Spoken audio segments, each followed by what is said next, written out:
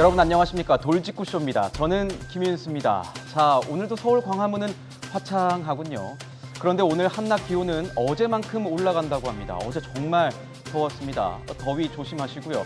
자, 남부지방은 지금 역대급 태풍이라고 불리는 11호 태풍 흰남노의 영향으로 비가 내리고 있다고 합니다. 모쪼록 비 피해 없도록, 태풍 피해 없도록 또 조심하시기 바랍니다. 자, 신문 브리핑 시작하도록 하겠습니다. 자, 첫 번째 키워드부터 좀 무섭습니다. 전쟁. 자, 단기간에 끝날 것 같지 않은 전쟁이 이제 막 시작됐습니다. 함께 보시죠. 동아일보 일면입니다. 검찰이 더불어민주당 이재명 대표에게 이 검찰에 출석해 조사를 받으라고 통보했습니다. 제시한 시간 오는 6일 오전 10시입니다. 대장동과 백현동 개발사업 특혜 의혹 등과 관련해 지난 대선 선거운동 과정에서 허위 사실을 공표한 혐의로 이 대표를 조사하겠다는 겁니다. 흥미롭게도 이 대표의 최측근이 보낸 문자로 소환 통보 소식이 처음 알려졌습니다. 이 최측근 인사가 전쟁이다라고 표현을 했습니다. 자, 야당은요, 이게 정치 보복이다, 이렇게 반박하고 있습니다. 이재명 대표가 과연 검찰에 출석을 할지 정말 궁금합니다. 자, 두 번째 키워드 보겠습니다. 자, 두 번째 키워드는 3차입니다. 3차, 삼세판 이런 것도 떠오르고 회식 이런 것도 떠오르네요. 뭘까요? 함께 보시죠. 자, 경향신문 5면입니다. 이준석 전 국민의힘 대표가 세 번째 가처분 신청을 냈군요. 당 비상 상황을 명확히 규정하는 당헌 개정을 위한 국민의힘 전국위원회 개최를 금지해달라는 가처분 신청을 또 냈습니다. 새 비상대책위원회 출범을 막겠다는 거죠.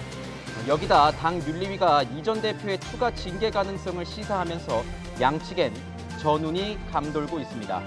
자, 이런 가운데 이준석 전 대표의 성접대 의혹을 수사 중인 경찰이 이준석 전 대표에게 소환 통보했습니다. 현재 조율 중입니다. 잠시 뒤에 관련 사항 짚어보도록 하겠습니다. 자, 세 번째 키워드 살펴보시죠.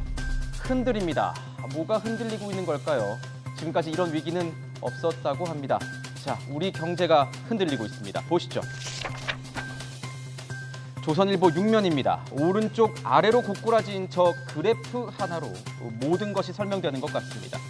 우리 경제가 지금껏 경험하지 못한 위기가 닥쳤습니다.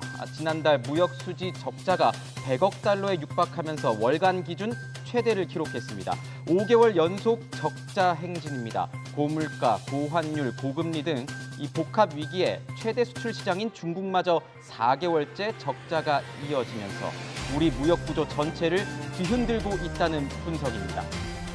일각에선 이 중국 일변도 중국에 너무 의존하고 있는 현재의 경제 체질을 바꾸라는 이 신호탄이 쏘아 올려졌다, 이런 해석도 나오고 있습니다.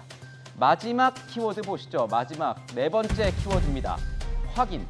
돌다리도 두들겨보고 건너라. 이런 옛말이 떠오르는군요. 어떤 얘기인지 함께 보시죠. 한겨레 5면 보겠습니다. 앞으로 세입자가 전월세 계약을 하기 전에 전셋집에 걸린 선순위 보증금과 집주인의 세금 체납액 등을 확인할 수 있게 됩니다. 최근 전셋값이 매매가를 웃도는 깡통 전세가 늘어난 데 따른 국토부의 조처인데요. 위험 매물을 피하는 데 도움이 될 안심 전세 앱까지 만들어 배포한다고 합니다. 자, 적정 시세도 공개하겠다고 하니까요. 앞으로 참고하시면 좋을 것 같습니다. 지금까지 신문 브리핑이었습니다.